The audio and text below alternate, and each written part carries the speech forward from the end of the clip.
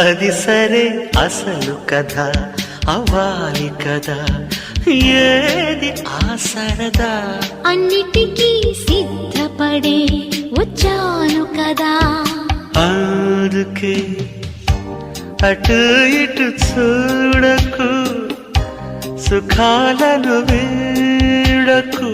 తొందరే ముందు విందుకు.